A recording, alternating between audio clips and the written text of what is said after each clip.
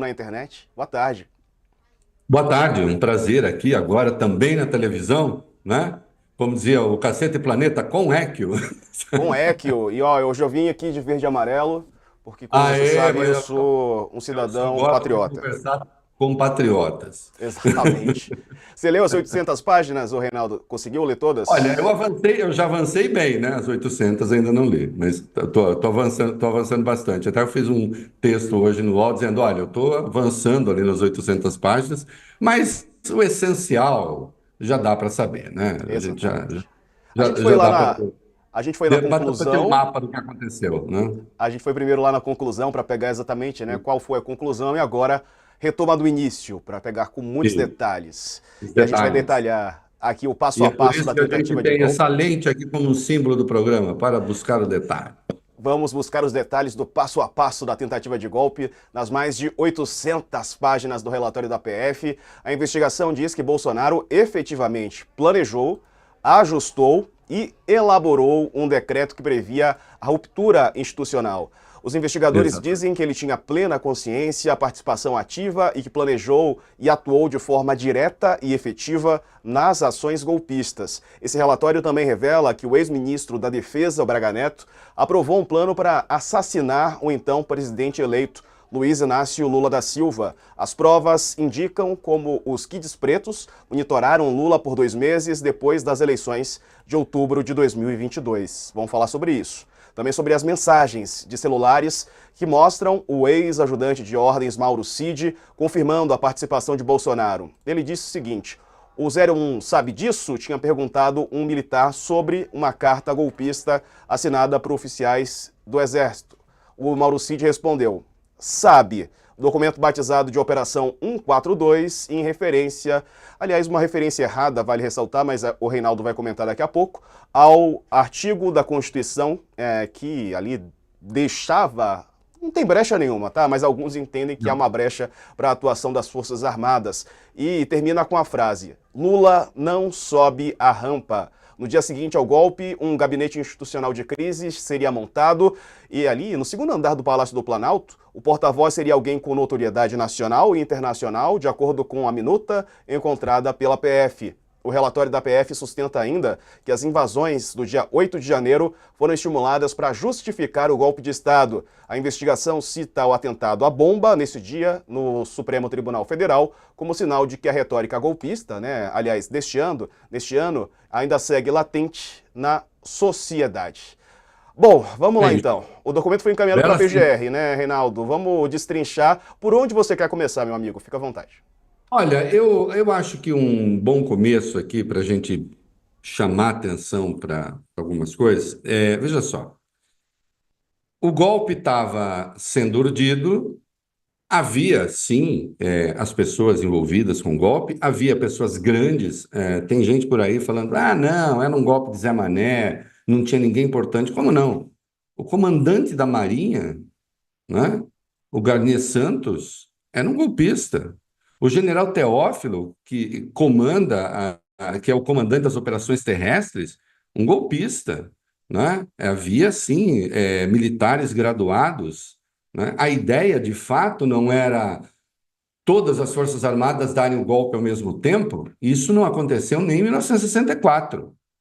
Em 1964, é preciso que se diga, havia muita dúvida se o golpe, se haveria golpe ou não, se o... Até mesmo havia gente boa que achava que o João Goulart ia dar um golpe preventivo, ou um contragolpe preventivo, né? O golpe de 64, ele começou em Minas Gerais com o Mourão Filho, um destacamento militar. E depois os outros foram aderindo. Não é assim, todo mundo se junta e fala, agora vamos dar golpe. Não é assim que funciona, né? Então, o golpe, nós chegamos muito perto, sim, do golpe de Estado, e aí é importante saber por que não foi dado, né? Isso também está no relatório.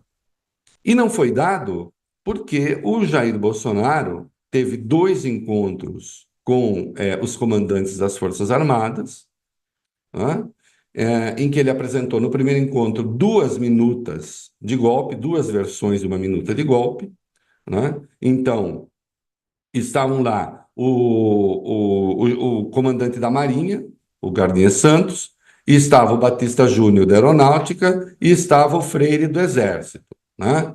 Eu disse, está aqui, é isso que eu quero, com precedido de estado de defesa, eventualmente estado de sítio.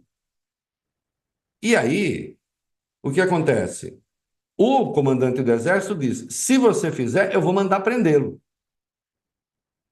Então, ficou claro que ele não tinha o controle do Exército, do alto comando do Exército, não tinha o controle da Aeronáutica, mas a Marinha aceitava.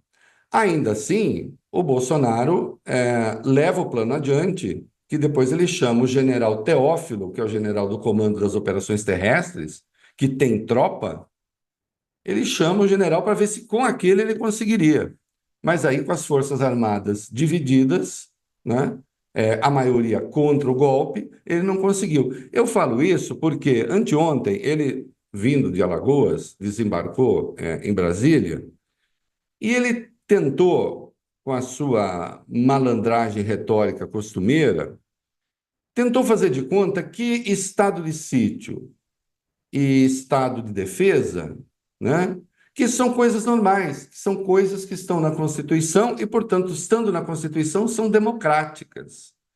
Então, ele lança isso. Isso é uma tática de defesa, porque ele sabe que contra ele pesa a evidência de que ele apresentou esse plano para os 3 comandantes das Forças Armadas e 2 deles já depuseram, né? O Batista Júnior da Aeronáutica, ex-comandante da Aeronáutica, o Freire do Exército, dizendo, olha, sim, ele nos apresentou esses planos, né, essas minutas, e nós dissemos não, né? Nós dissemos não. O Freire Gomes do Exército disse não, o Batista Júnior da Aeronáutica disse não. E o Freire Gomes ainda disse, eu te meto na cadeia, se você fizer, porque isso é golpe. Aí, qual na verdade, eu diria, de todas as evidências que há contra Bolsonaro, e são muitas, essa é absolutamente irrespondível, não é? Porque ele fez a reunião, ele ofereceu, ele apresentou as minutas e ele disse o que ele ia fazer. Ele vai dizer o quê? Que o Freire Gomes está mentindo? Ele vai dizer que o Batista Júnior está mentindo? E o Garnier Santos, que se saiba, não desmentiu da Marinha que estava com ele, porque, na verdade, ele achava que o golpe era aceitável. Então, não há a hipótese, o advogado dele, o Cunha Bueno, dizendo, olha, ficam falando que o Bolsonaro sabia, não há nenhuma evidência. Ao contrário, você tem um monte de evidências de que o Bolsonaro sabia e ele chamou a cúpula das Forças Armadas para intervir na eleição, né? Nós temos aí o vídeo, acho que é legal colocar, dele tentando explicar, né, por que o estado de sítio seria uma coisa razoável, porque o artigo 142 que nós vamos falar seria uma coisa razoável. Acho interessante colocar para que a gente possa esmiuçar o que está ali, né? Vamos ver. Veja aí. Eu conheço a Constituição. 142 é aquele artigo que está à disposição, né? Segundo a interpretação de alguns juristas, de outros não, à disposição de qualquer um dos poderes, quando um dos poderes está exorbitando. E quando se fala em 142, é uma adesão direta do presidente. Eles vinham discutindo lá dentro o estado de sítio. E depois eu falei na Paulista, comecei a conversar por aí, o que é estado de sítio? Estado de sítio, quando ele começa, quando tem um problema acontecendo, ou prestes a acontecer, de grande proporção, onde o presidente da República convoca os conselhos da República da Defesa, dá mais de 20 pessoas, discute o assunto. Após a discussão, então, o presidente encaminha uma mensagem para o Congresso Nacional, pedindo autorização para deputados e senadores para baixar o decreto de sítio. Ou seja, é um remédio constitucional. E, na verdade, em última análise, pode dizer que o decreto foi assinado pelo Parlamento, que o presidente pediu autorização para o Parlamento. E aí, Reinaldo? É um bando de... Vamos lá, né? Começa que ele diz assim, o artigo 142 da Constituição. Para quem não sabe, o artigo 142 da Constituição é o que define as funções das Forças Armadas, né? E esse artigo 142 diz que as Forças Armadas servem à defesa nacional, etc., sob o comando do presidente da República e, por iniciativa de qualquer dos poderes, também na manutenção da lei e da ordem, né? É esse por iniciativa de qualquer dos poderes que fica uma coisa meio ambígua ali, né? Agora, uma coisa é certa, era a vontade do Constituinte, o Supremo já interpretou, já tem a leitura desse artigo 142. O artigo 142 não serve para regular confronto entre poderes, porque senão os militares seriam um poder moderador. Você imagina, há um impasse entre executivo e judiciário, ou entre executivo e legislativo, você faz o quê? Chama as Forças Armadas. Então, as Forças Armadas dirimem a dúvida. Então, primeiro, o artigo 142 não se presta a isso, né? Mas esse artigo 142, no seu desdobramento, permite, sim, que as Forças Armadas, como está também no caput, mas depois isso, e tem uma lei regulando, permite que as Forças Armadas intervenham na segurança pública, por exemplo, se necessário, entre outras coisas, com operações de garantia da lei e da ordem? Sim, não é? Mas em situações muito específicas. Não tem nada a ver com questão política, tá? Aí ele fala do estado de sítio. Pode o estado de sítio convocar, de fato, tem que convocar o Conselho de Defesa, tem que convocar o Conselho da República. Aí ele diz, eu quero estado de sítio, tem de pedir autorização ao Congresso. Tudo isso é verdade, o Congresso que ele tinha a maioria comprado com emenda. Só que a Constituição diz quando se pode decretar estado de sítio. É quando há uma comoção, um estado de comoção, isto é, de rompimento, de desordem absoluta, não há mais como controlar, ou no caso de declaração de guerra. Nós tínhamos uma coisa ou outra. Perder eleição é razão para decretar estado de sítio, mas o estado de sítio ele tem que suceder o estado de defesa, né? Também o estado de defesa que tem que ser numa área específica quando você tem uma situação de anomia, de desordem. Qual era a anomia, qual era a desordem que havia no Brasil? Falaram em E guerra uma das civil, minutas... né? Naquelas trocas de mensagens, haverá guerra civil, mas não houve, né? Não houve. Não, a única coisa que ele tinha ali é que ele tinha perdido a eleição. Quer dizer, então eu perco a eleição e convoco e quero estado de defesa, e numa das minutas apresentadas aos militares, era estado de defesa, porque o estado de defesa ele tem uma área localizada. Era estado de defesa só no Tribunal Superior Eleitoral e nos tribunais regionais eleitorais, né? Com a suspensão da eleição e marcando-se uma nova data para a eleição. E foi aí, esse era o plano. E foi aí que os militares disseram, dois dos comandantes disseram não. E um dos comandantes disse sim. Então, eu tenho visto gente tentando subestimar a gravidade daquilo que aconteceu. Escuta, se você tem o comandante de uma das forças, tudo bem, a Marinha não é a força preponderante, mas pode fazer grande estrago, não é? Se você tem uma das forças aceitando, se você tem depois o general Teófilo, comandante das operações terrestres, que tem tropa aceitando, então é claro que você tem o risco é muito grave, é muito alto, a coisa é muito séria, né? Aí ele tenta com isso, porque veja só, isso que ele está fazendo aí é uma tática do Cunha Bueno, uma tática de defesa. E eu quero deixar claro aqui aos advogados que eu sou um defensor incondicional do direito de defesa. Eu só não preciso concordar com os argumentos, né? Mas que tem o direito de defesa, tem, sem dúvida. O Bolsonaro fala disso numa entrevista, que certamente a defesa dele disse: olha aqui, qualquer coisa que a gente diga em relação aos outros elementos todos que a gente tente descaracterizar, não será fácil, porque ele aparece na cena do crime em vários momentos, né? Agora, ainda que a gente tente descaracterizar as outras coisas, essa nós não vamos conseguir. Porque ele vai dizer na cara do ex-comandante do Exército, que é um homem respeitado na força, o Freire Gomes, que ele escolheu, né? Olha aqui, eu quero o estado de sítio, eu quero o estado de defesa. Ele vai dizer na cara do Batista Júnior, que ele escolheu, não, você está mentindo, eu não falei isso. Então ele não tem como mentir, não tem o que fazer. Não tem o que fazer. Quanto a isso, isso é irrespondível. As minutas existem.